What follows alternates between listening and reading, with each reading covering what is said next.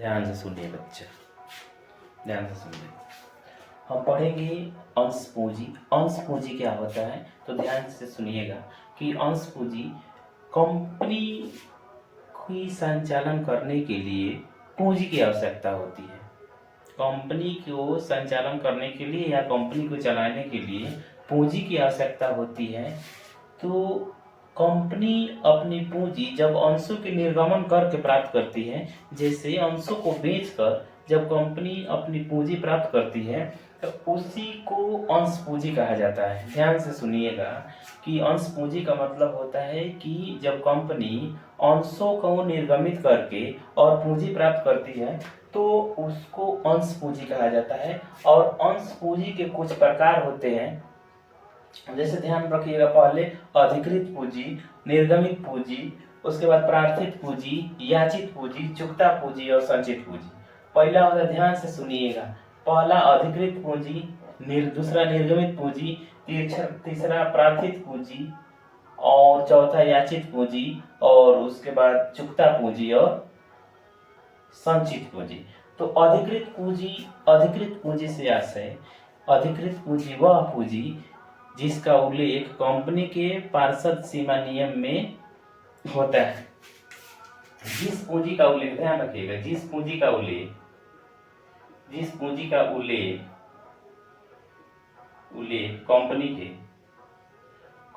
के पार्षद सीमा नियम में होता है, या जिस पूंजी से कंपनी की रजिस्ट्री की जाती है या रजिस्ट्रेशन किया जाता है, रजिस्ट्री की जाती है उसे अधिकृत पूंजी कहा जाता है। ध्यान दीजिएगा कि जिस पूंजी से कंपनी की रजिस्ट्री की जाती है या वह कंपनी जिसका उल्लेख कंपनी के पार्षद सीमा नियम में उल्लेखित होता है, उसको अधिकृत पूंजी कहा जाता है। निर्गमित पूंजी, देखिए, निर्गमित पूंजी, इश्यूज कैपिटल, अधिकृत पूंजी का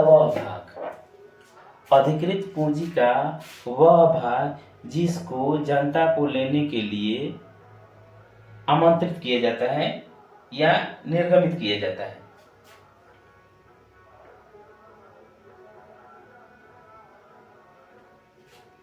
देखिएगा, अधिकृत पूंजी का वह भाग जो जनता को क्रय करने के लिए निर्गमित किया जाता है, उसको बोला जाता है निर्गमित पूंजी।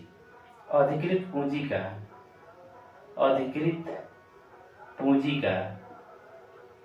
वह भाग जो जनता को क्रय करने के लिए निर्गमित किया जाता है।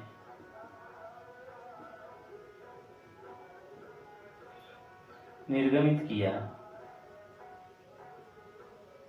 जाता है, ठीक।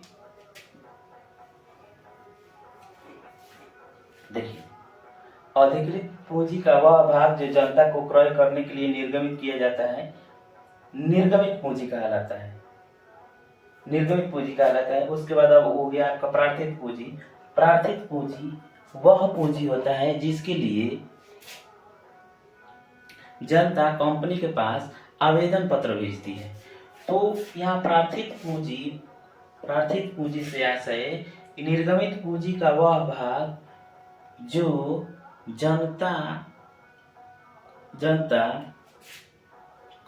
जिसके लिए जनता कंपनी के पास आवेदन पत्र भेजती है। तो यहाँ हम लिखेंगे कि निर्गमित पूंजी का वह भाग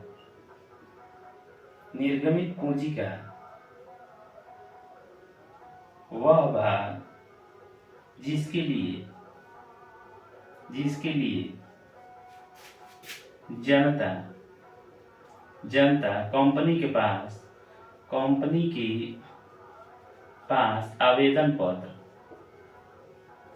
आवेदन पत्र भेजती है। प्रार्थित पूंजी कहा जाता है, प्रार्थित पूंजी कहा जाता है। देखिए, निर्गमित पूंजी का वह भाग जिसे जनता को लेने के लिए वह भाग जिसके लिए जनता कंपनी के पास आवेदन पत्र भेजती है उसे प्रार्थित पूंजी कहते हैं। याचित पूंजी देखिएगा, कभी कभी कंपनियां अपने अंशों के अंकित मूल्य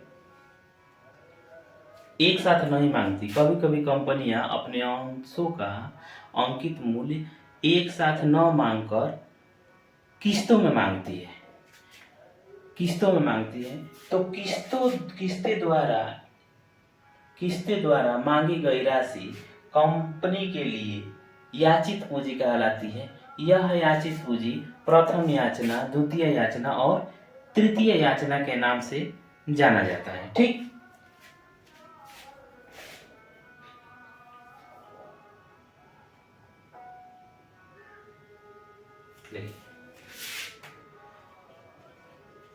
कभी कभी कंपनियां अंशों का अंकित मूल्य एक साथ न मांगकर किस्तों में मांगती है।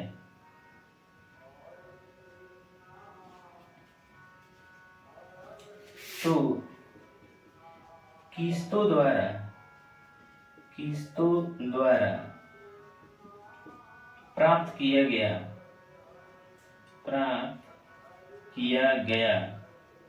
राशि याचित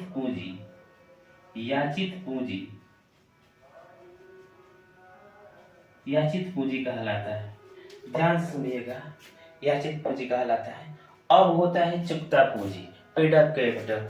चुकता पूंजी वह पूंजी जिसका भुगतान कंपनी द्वारा कर दिया जाता है, उसको चुकता पूंजी कहा जाता है।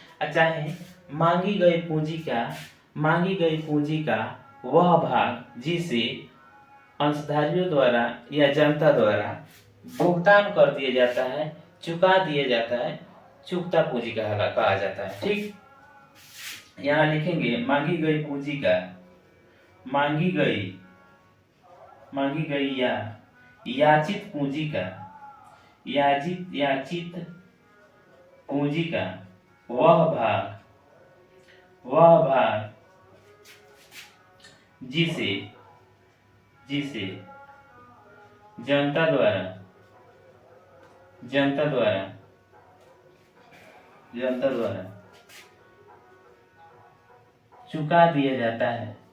चुका दिया जाता है, उसे चुकता पूंजी कहते हैं। इंपॉर्टेंट है, ध्यान रखिएगा कि मांगी गई पूंजी का वह भाग जिसे जनता द्वारा चुका दिया जाता है, चाहे याचित पूंजी का वह भाग जिसे जनता द्वारा चुका दिया जाता है, चुकता पूंजी कहा जाता है। ठीक, यहाँ होता है संचित पूंजी या आरक्षित पूंजी से आप क्या समझते हैं? यहाँ 2 नंबर का हमेशा क्वेश्चन बनता है, एकदम ध्यान देना है, ये इंपॉर्टेंट है। ये संचित पूंजी या आरक्षित पूंजी, तो ध्यान से सुनिएगा। संचित या आरक्षित पूंजी से अर्थ है उस पूंजी से है जिससे अंशधारियों से तब तक नहीं मांगा जाएगा जब तक कि कंपनी के समापन का समय नहीं आ जाता। ठीक, तो ध्यान दीजिए कि न मांगी गई पूंजी का वह भाग जो अंशधारियों से तब तक नहीं मांगा जाएगा जब तक कि कंपनी का समापन का समय न आ जाए। अच्छा है, और भी आसान शब्दों में देखिए कि न मांगी गई पूंजी का जो भाग कंपनी के समापन के समय मांगा जाता है उसी को संचित या आरक्षित पूंजी के नाम से जाना जाता है। ठीक, न मांगी गई पूंजी का लिखिए, देख लीजिए, न मांगी गई पूंजी का, न मांगी गई या अयाचित अयाचित पूंजी का वह भाग जो अंशधारियों से तब तक नहीं मांगा जाएगा,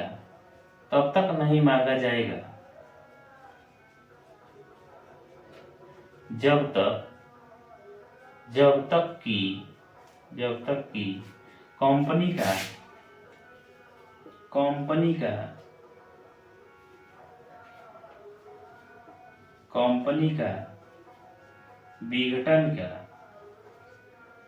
विघटन या समापन का समय न आ जाए। न मांगी गई पूंजी का वह भाग जो कंपनी के समापन के समय ही मांगा जाता है संचित या आरक्षित पूंजी के नाम से जाना जाता है। एकदम ध्यान रखिएगा, स्क्रीनशॉट ले लीजिए, मिटा रहे हैं।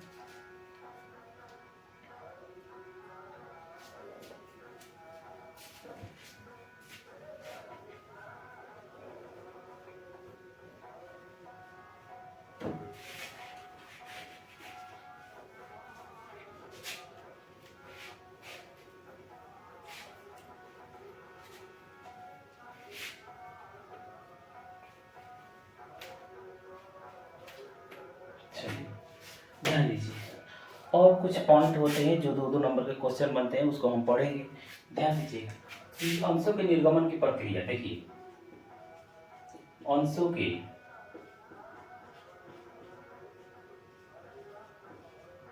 निर्गमन मतलब कैसे कैसे अंशों का निर्गमन किया जाता है उसके बारे में पढ़ना है। तो इसके प्रक्रिया के बारे में हमको पढ़ना है, अंशों की निर्गमन की प्रक्रिया, process of share of issues. ध्यान दीजिएगा, अंशों के निर्गमन की प्रक्रिया में पहला हो गया कि अंश का निर्गमन कैसे करती है। तो सबसे पहले कंपनी प्रविवरण जारी करना सबसे पहला होता है, प्रविवरण जारी करना। उसके बाद दूसरा आवेदन पत्र प्राप्त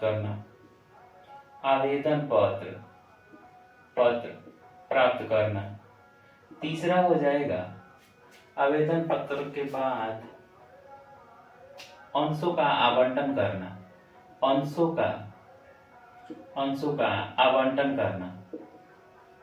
आवंटन करना। चौथा हो जाएगा अंशों का आवंटन करना, चौथा हो जाएगा याचना की राशि याचना करना। ध्यान से सुनिएगा, अंशों के निर्गमन की प्रक्रिया है ये कि प्रविवरण जारी करना, आवेदन पत्र प्राप्त करना, अंशों का आवंटन करना और याचना करना।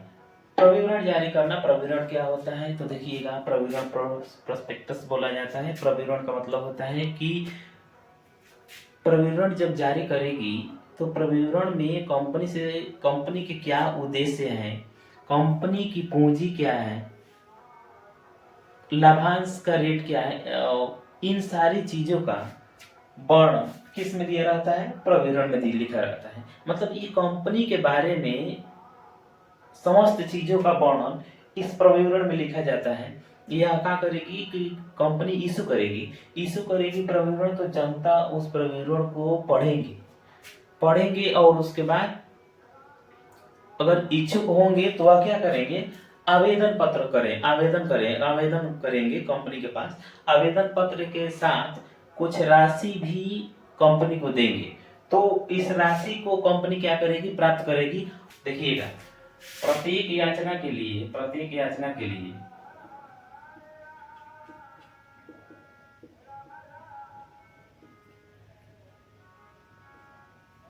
प्रत्येक याचना के मध्य एक माह का एक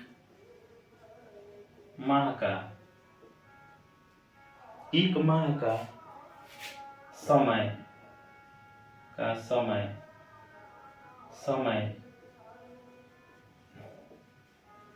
निर्धारित होता है।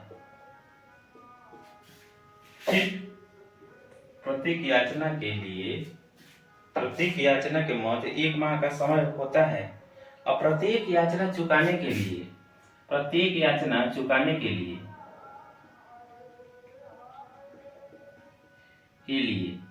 14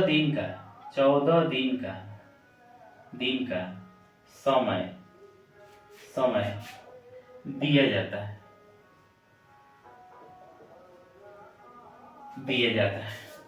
ध्यान रखिएगा, तो ये अंशों के निर्गमन की प्रक्रिया है। ठीक, अब अंश जब निर्गमित करेगी कंपनी, तो ये कभी कभी एक समस्या आता है कि कभी कभी अधिक कर देगी, कभी कभी मतलब जितना अंश निर्गमित करेगी तो उससे अधिक मात्रा में आवेदन पत्र आ जाएंगे, कभी कभी जितना निर्गमित करेगी उससे कम मात्रा में आवेदन पत्र आ जाएंगे। तो कुछ अन्य नामों से जाना जाता है। देखिए, जैसे 2 नंबर का क्वेश्चन बनता है कि अल्प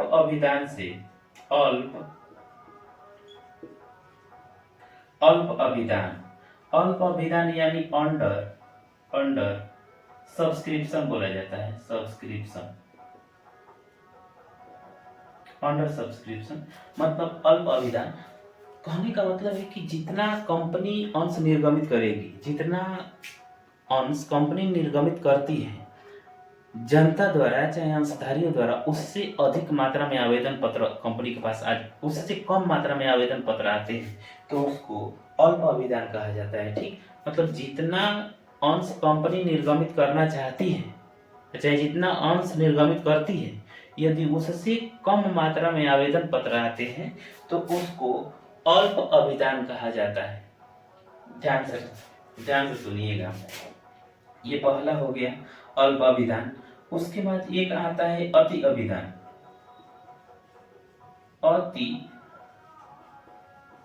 अति अभिदान, अति इसको बोला जाता है ओवर सब्सक्रिप्शन।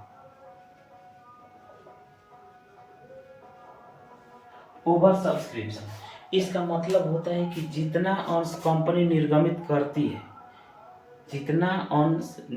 करती है, यदि उससे अधिक मात्रा में आवेदन पत्र कंपनी को प्राप्त होते हैं तो उसको अति अभिदान कहा जाता है।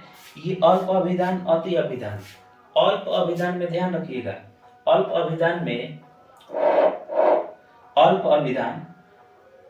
अभिदान में कंपनी जितना अंश निर्गमित करती है उससे कम मात्रा में आवेदन पत्र प्राप्त होते हैं। यहाँ अति अभिदान ओवर सब्सक्रिप्शन, जितना अंश कंपनी निर्गमित करती है उससे अधिक मात्रा में आवेदन पत्र प्राप्त हो जाते हैं। अल्प में कम आवेदन पत्र प्राप्त होते हैं, अति अभिदान में अधिक आवेदन पत्र प्राप्त हो जाते हैं। ठीक, ध्यान रखना है कि जितना अंश कंपनी निर्गमित करना चाहती है उससे अधिक मात्रा में आवेदन पत्र कंपनी को प्राप्त होते हैं तो उसको बोला जाता है अति अभिदान। ठीक, और कुछ इसमें और कुछ पॉइंट देखिएगा। अवशिष्ट याचना, अवशिष्ट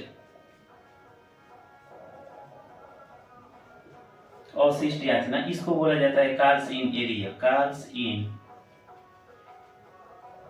एरियर। देखिएगा, कॉल्स इन एरियर, अवशिष्ट याचना का मतलब होता है कि कभी कभी कुछ अंशधारी ऐसे होते हैं कि अपने याचनाओं का भुगतान नहीं कर पाते हैं, मतलब कुछ अंशों पर जो देय राशि होती है उनको वह बकाया लगा देते हैं, नहीं चुका पाते हैं। तो अंशधारियों द्वारा जो अंश चुकाने से रह जाता है, अंशधारियों द्वारा अंशों पर वह राशि जो चुकाने से रह जाता है, नहीं चुका पाते हैं, उसी को कहा जाता है अंशों पर अवशिष्ट याचना।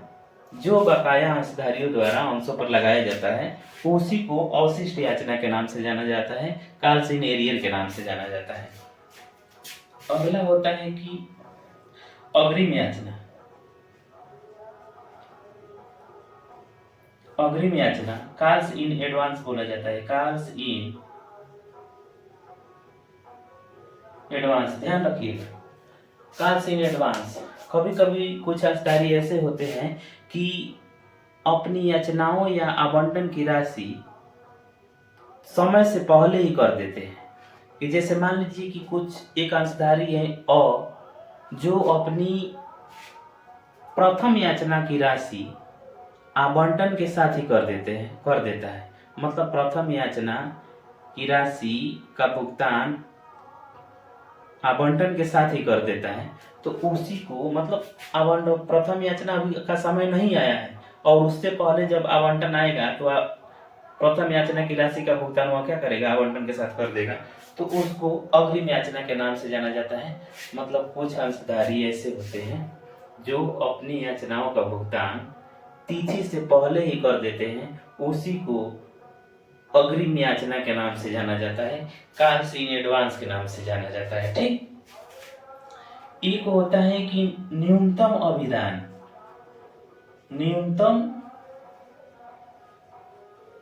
न्यूनतम अभिदान, इसको बोला जाता है मिनिमम सब्सक्रिप्शन। आपको थोड़ा सा डाउट यहाँ पैदा होगा कि अल्प अभिदान और न्यूनतम अभिदान में थोड़ा सा अंतर करना पड़ेगा, थोड़ा सा आप लोग को ध्यान देना है यहाँ पे कि अल्प अभिदान में जितना अंश कंपनी निर्गमित करना चाहती है चाहे निर्गमित करती है, उससे कम मात्रा में आवेदन पत्र प्राप्त होते हैं कंपनी को।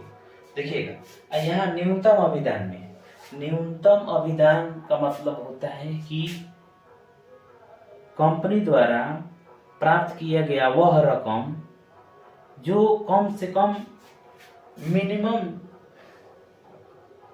चाहे कंपनी द्वारा वह राशि जिसको हर एक हालत में प्राप्त करना अनिवार्य होता है, वह राशि जो कंपनी को किसी भी हालत में प्राप्त करना अनिवार्य होता है, उसको न्यूनतम अभिदान की राशि कहा जाता है। इसके बिना कंपनी अंशों का आवंटन नहीं कर सकती है। अगर कोई कंपनी न्यूनतम अभिदान की राशि प्राप्त नहीं की है तो उसको आवंटन करने से रोक लगाया जा सकता है, रोक लगा दिया जाएगा, वो अंशों को आवंटन नहीं कर पाएगी। ठीक, देखिए इतना हो गया और कुछ पॉइंट देखिएगा यहाँ पे, और न्यूनतम अभिदान हो गया, अति अभिदान हो गया,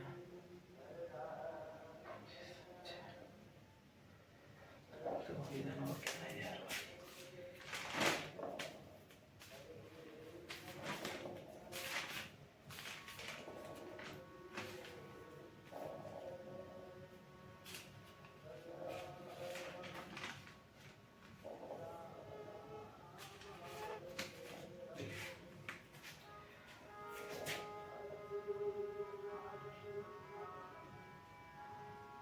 500 का समर्पण,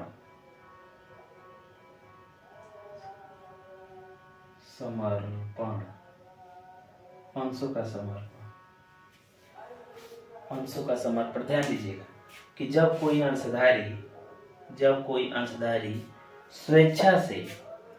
स्वेच्छा से अपने अंशों को कंपनी को सुपुर्द कर देता है, कंपनी को दे देता है, तो उसके अंशों का समर्पण कहा जाता है।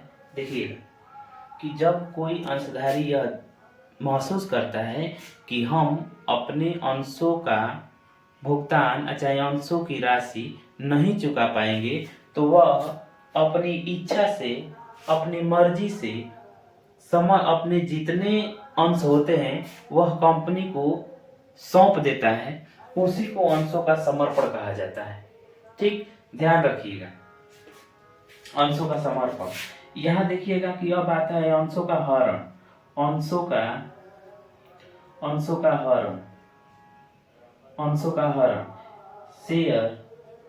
Share forfeited. ध्यान दीजिएगा अंशों का हरण कि जब अंशों के हरण का मतलब होता है कि जब्त कर लेना, मतलब उस पर रोक लगा देना, जब्त कर लेना, उसी को हरण बोला जाता है।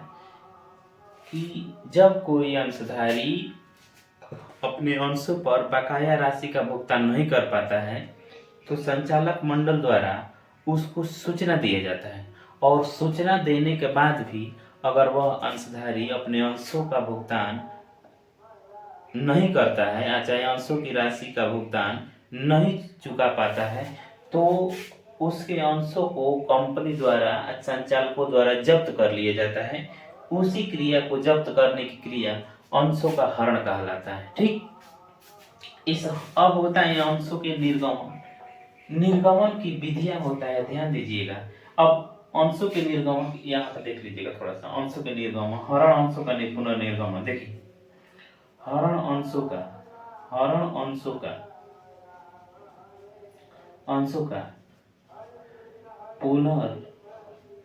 पुनर्निर्गमन। ध्यान दीजिएगा कि जो अंश कंपनी द्वारा जब्त किया गया है, अगर उस जब्त किए गए अंश को कंपनी द्वारा पुनः उसको बेचा जाता है, इशू किया जाता है, जारी किया जाता है, उसी को हरण किए गए अंशों का पुनर्निर्गमन कहा जाता है। इस हरण किए गए अंशों का पुनर्निर्गमन की विधियां पूछेगा तो हरण अंशों के पुनर्निर्गमन की विधियां निम्न तरीकों से किया जाता है। पहला कि सम मूल्य पर किया जाएगा, सम मूल्य पर निर्गमन पुनर्निर्गमन, सम मूल्य पर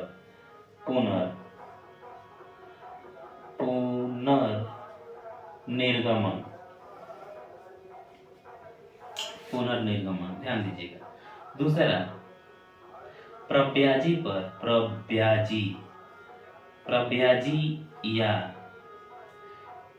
या प्रीमियम पर निर्गमन, प्रीमियम पर निर्गमन।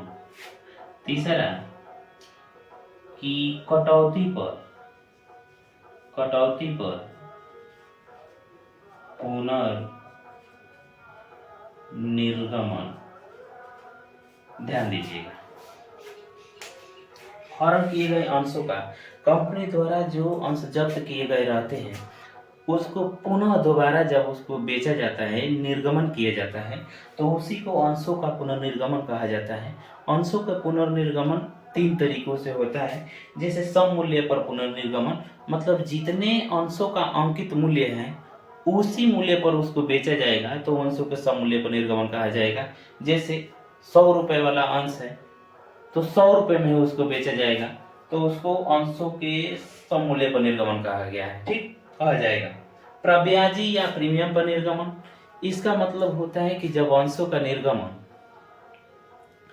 उसके अंकित मूल्य से अधिक पर किया जाएगा तो उसको प्रीमियम पर निर्गमन या प्रब्याजी पर निर्गमन कहा जाएगा। ठीक, कटौती पर निर्गमन, जैसे प्रीमियम पर निर्गमन, जैसे 100 रुपए का अंश है उसको 110 रुपए में जब बेचा जाएगा तो उसको अंशों के प्रीमियम पर निर्गमन कहा जाएगा। ध्यान से सुनिए। फिर एक कटौती पर पुनर्निर्गमन, जब हरण किए गए अंशों को उसके अंकित मूल्य से कम पर निर्गमन किया जाता है, कम पर बेचा जाता है, तो उसके अंशों को उसे अंशों का कटौती पर पुनर्निर्गमन कहा जाएगा। ठीक, ध्यान रखिएगा। देखिए, ये अंशों हरण किए गए अंशों का पुनर्निर्गमन है। फिर यहाँ पीछे हमारा एक छूट गया है कि अंशों का निर्गमन कैसे होता है। अंशों के निर्गमन की विधियां यहाँ हम पढ़े थे तो हमको इसके बाद पढ़ाना चाहिए था। ये अंशों के निर्गमन की विधि है, अंशों के निर्गमन की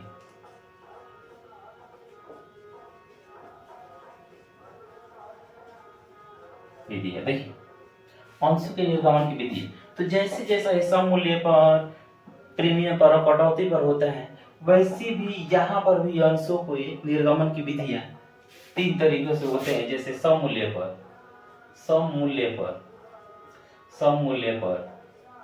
निर्गमन,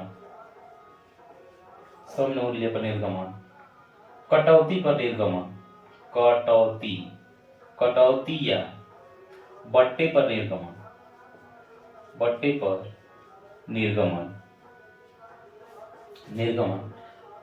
बट्टे पर निर्गमन के बाद आ जाएगा आपका प्रब्याजी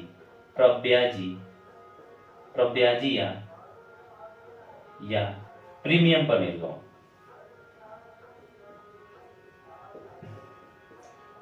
प्रीमियम पर निर्गमन, ध्यान दीजिएगा, प्रीमियम पर निर्गमन कम मूल्य पर, मतलब जितना अंश का अंकित मूल्य है उसी पर निर्गमन कर दिया जाएगा। 100 रुपए वाले हैं तो 100 रुपए पर बेचा जाएगा, 100 मूल्य पर निर्गमन। कटौती पर निर्गमन मतलब 100 रुपए वाले अंश है तो उसको 90 रुपये में बेचा जाएगा, अंकित मूल्य से कम पर बेचा जाएगा तो उसको बोला जाएगा कटौती पर निर्गमन।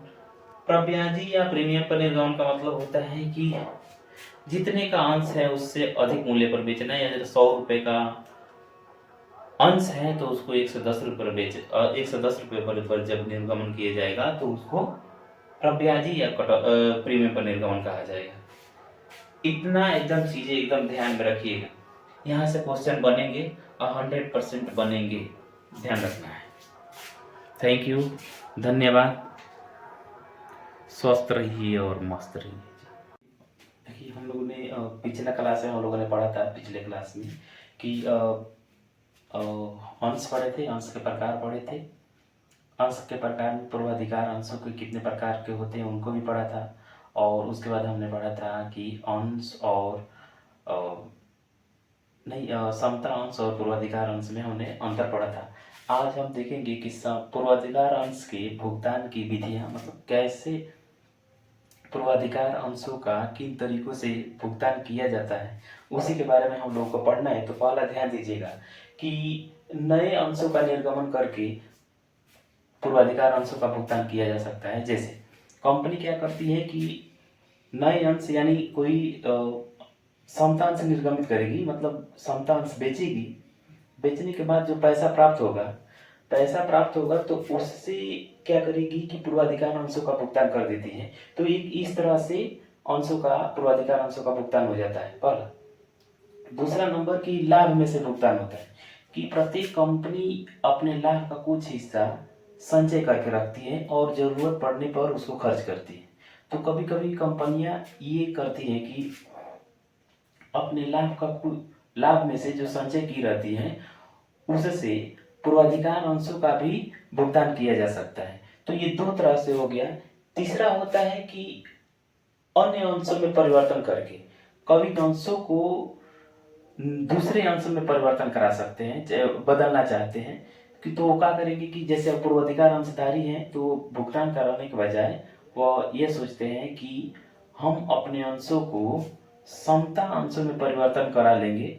तो समता अंशों में परिवर्तन कराने से एक फायदा होता है कि वह कंपनी के वास्तविक स्वामी बन जाते हैं, ठीक, और कंपनी के वास्तविक स्वामी बन जाते हैं। तो इस प्रकार से अंशों के परिवर्तन द्वारा भी पूर्वाधिकार अंशों का भुगतान किया जा सकता है। ध्यान से देखिए, पूर्वाधिकार अंशों के भुगतान की विधियां 3 तरह से। पहला, नए अंशों के निर्गमन करके, मतलब कोई कंपनी क्या करेगी कि पूर्वाधिकार अंशों का भुगतान करना है तो नए अंश क्या करेगी, जारी करेगी। जारी से जो पैसा प्राप्त होगा उससे पूर्वाधिकार अंशों का भुगतान कर देगी, पहला तरीका। दूसरा तरीका है कि लाभ में से, प्रत्येक कंपनी में लाभ होता है, उसका कुछ हिस्सा वो संचय करके रखती है और जरूरत पड़ने पर उसको खर्च किया जाता है। तो कभी कभी कंपनियां क्या करती हैं कि इससे जो संचय रहता है उससे अपने पूर्वाधिकार अंशों का भी क्या करती है, भुगतान कर देती है। तो ये दूसरा तरीका होता है कि लाभ में से भी पूर्वाधिकार अंशों का भुगतान किया जा सकता है, ठीक। तीसरा, अन्य अंशों में परिवर्तन करके, कभी कभी कंपनियां ये करती हैं कि पूर्वाधिकार अंशधारी कहते हैं कि हम समता अंश में परिवर्तन होना चाहते हैं, तो इनको इस प्रकार के अधिकार होता है कि वह अपने पूर्वाधिकार अंशों को एक निश्चित समय के बाद समता अंशों में परिवर्तन करा लेते हैं। तो इस प्रकार से पूर्वाधिकार अंशों का भुगतान हो जाता है, ठीक, ध्यान रखिएगा। उसके बाद देखिए, यहाँ से 2-2 नंबर का क्वेश्चन बनते हैं, हो सकता है कि अधिक भी नंबर का क्वेश्चन बन सकता है। तो ध्यान दीजिए, यहाँ स्कंध से आशय, स्कंध से आशय चुकता अंशों की इकट्ठी रकम से होता है जो बाद में किसी भी राशि के छोटे छोटे टुकड़ों में बांटा जा सकता है, ठीक, बांटा जा सके। अच्छा है, यहाँ ध्यान दीजिएगा कि स्कंध से आशय चुकता अंशों की इकट्ठी रकम से होता है जिसे बाद में छोटे छोटे भागों में बांटा जा सकता है। छोटे छोटे भागों में बांटने से यह आसानी होता है कि उसे आसानी से हस्तांतरण किया जा सकता है। ठीक, तो ध्यान रखिएगा कि स्कंद से आशय चुकता अंशों की इकट्ठी रकम से होता है, जिसे बाद में छोटे छोटे भागों में बांटा जा सकता है। ठीक, और छोटे छोटे भागों में बांटने से उसे हस्तांतरण करने में क्या होती है, आसानी होती है। इसकी कुछ विशेषताएं होती हैं स्कंद की। ध्यान रखिएगा कि कोई भी नई कंपनी शुरुआत में स्कंद का निर्माण नहीं करती है। ठीक, कोई भी कंपनी शुरुआत में स्कंद का निर्माण नहीं करती है। दूसरा, केवल चुकता अंश को ही स्कंद में बदला जा सकता है, दूसरे को स्कंद में नहीं बदला जा सकता। ध्यान रखिएगा कि केवल चुकता अंशों को ही स्कंद में बदला जा सकता है। तीसरा होता है कि इसे मतलब स्कंद को अंशों में परिवर्तन करने के लिए कंपनी अंतर्नियमों की आवश्यकता होती है। अगला है कि स्कंद पर क्रम संख्या नहीं होता। ध्यान रखना है इस बात को कि अंशों पर क्रम संख्या नहीं होता है। किसी भी राशि को देखिए, स्कंद की किसी भी राशि को टुकड़ों में बांटा जा सकता है।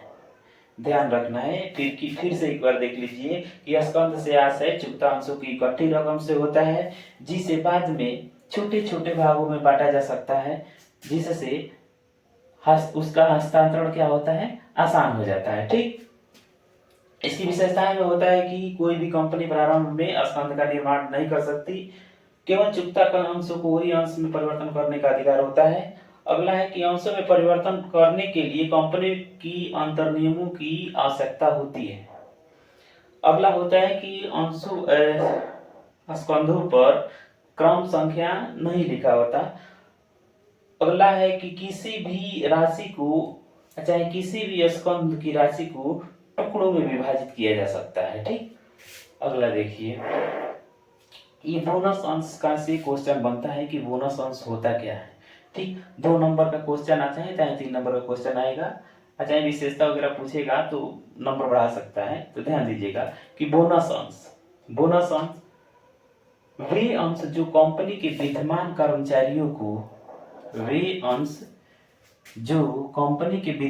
कर्मचारियों को मुफ्त में खरीदने का अधिकार होता है। वे अंश जिसको कंपनी के कर्मचारी मुफ्त में खरीद सकते हैं, चाहे मुफ्त में खरीदने का कर्मचारियों का अधिकार होता है, उसी को बोनस अंश कहा जाता है। ठीक, इसकी कुछ विशेषताएं होती हैं। अगर हम इसी में से विशेषता छाटें तो पहला विशेषता हो जाएगा कि मुफ्त में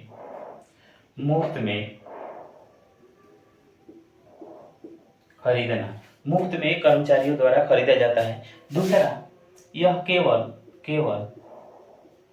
मौजूदा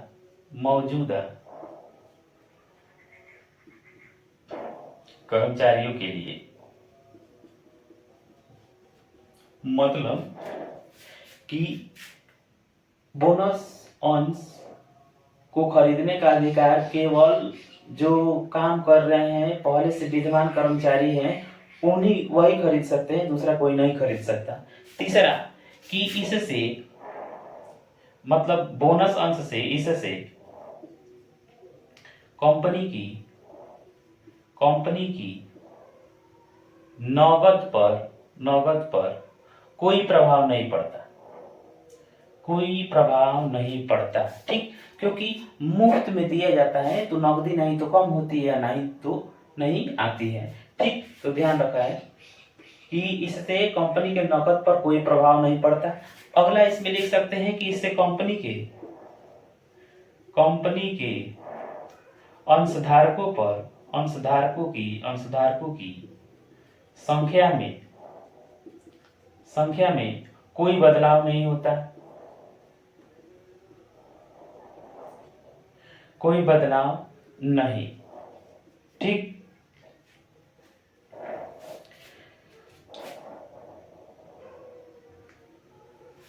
तो इतनी विशेषता है। फिर से एक बार देख लीजिए, बोनस अंश वे अंश होते हैं जो कंपनी में विद्यमान कर्मचारियों को मुफ्त में खरीदने का अधिकार होता है, उसको बोनस अंश कहा जाता है। इसकी विशेषता होता है कि यह मुफ्त में दिया जाता है, और दूसरी विशेषता कि यह विद्यमान कर्मचारियों को ही खरीदने का अधिकार होता है।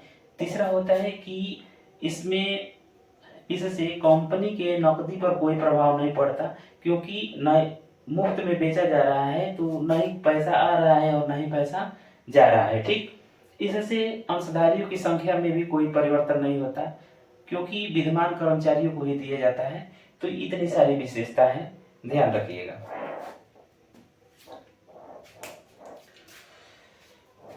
स्क्रीनशॉट ले लीजिए।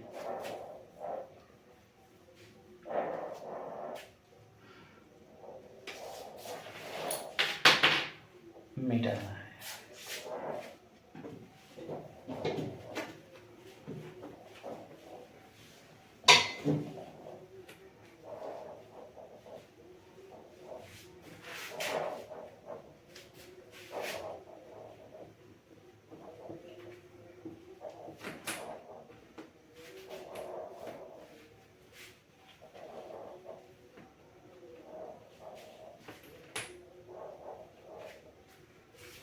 अगला देखिए, अगला देखिए।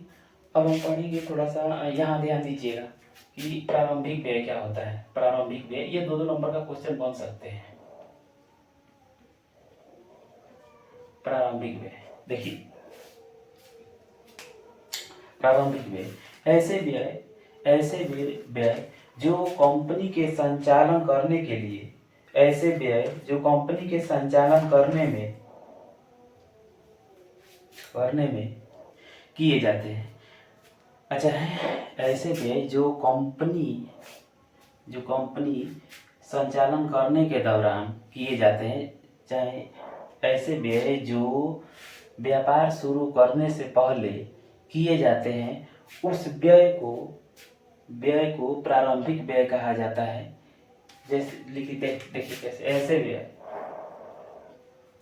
व्यय जो व्यापार शुरुआत करने के समय किए जाते हैं, प्रारंभिक व्यय कहलाते हैं।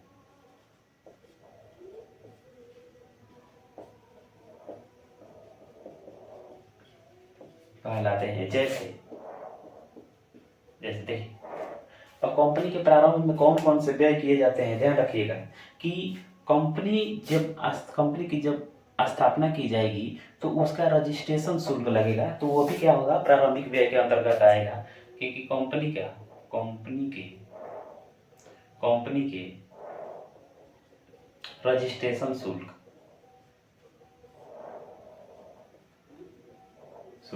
दूसरा, कंपनी के दस्तावेज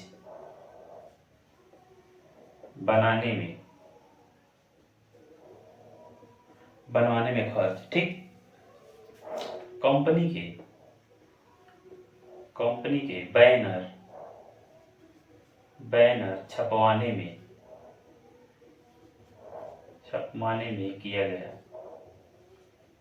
किया गया खर्च। ठीक, स्टाम्प ड्यूटी,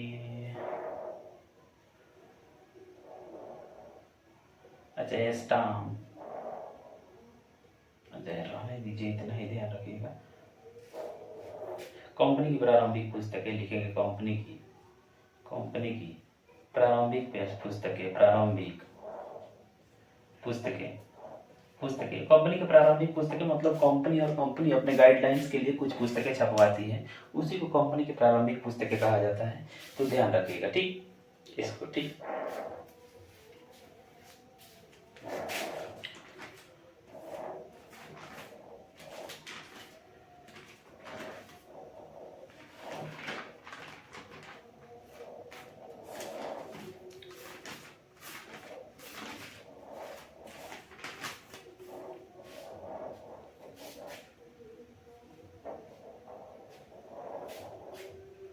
देखिए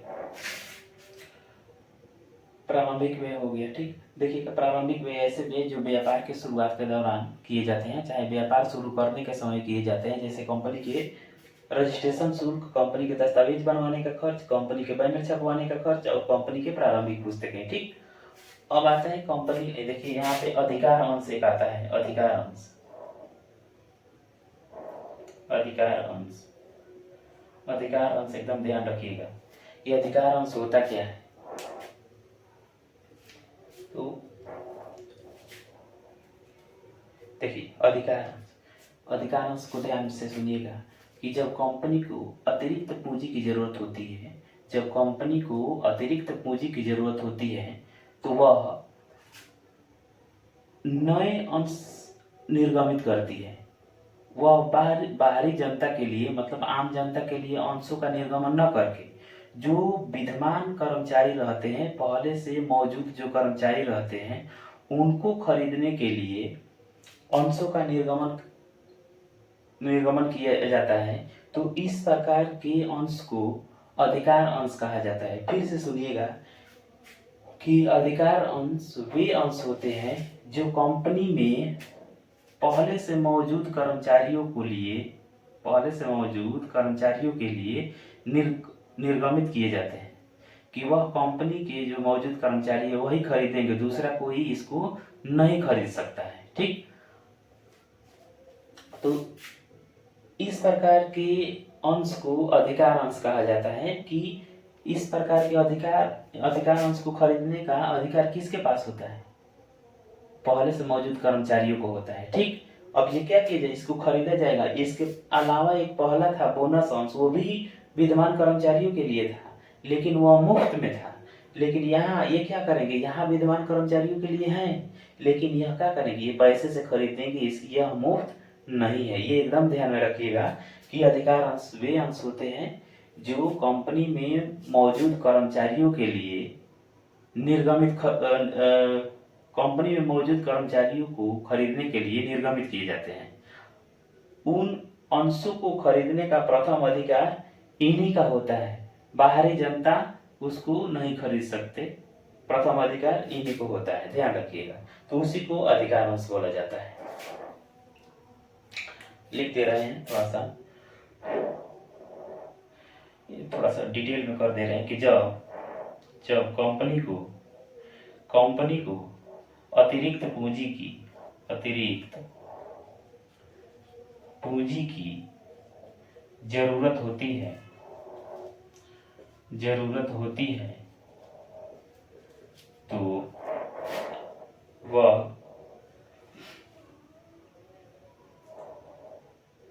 अंशों का निर्गमन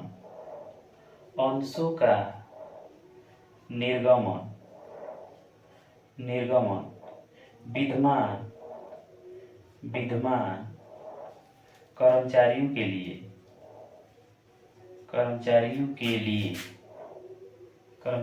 के लिए ही निर्गमित करती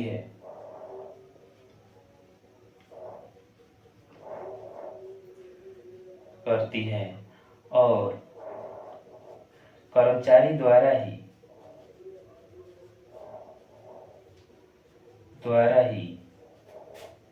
इस अंश को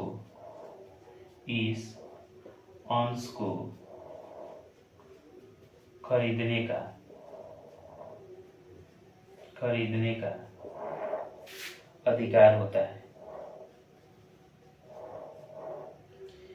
अधिकार होता है। इसे आम जनता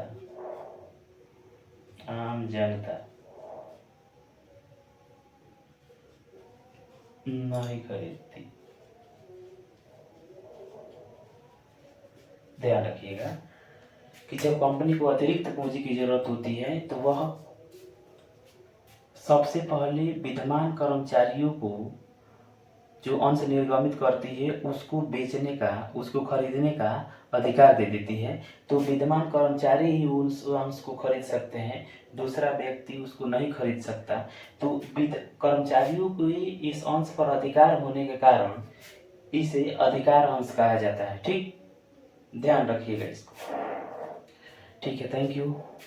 बढ़िया से पढ़ना है, 2-4 बार रिवीजन कर लेना है इस क्लास को एग्ज़ाम देने से पहले और पिछले क्लास को भी। धन्यवाद।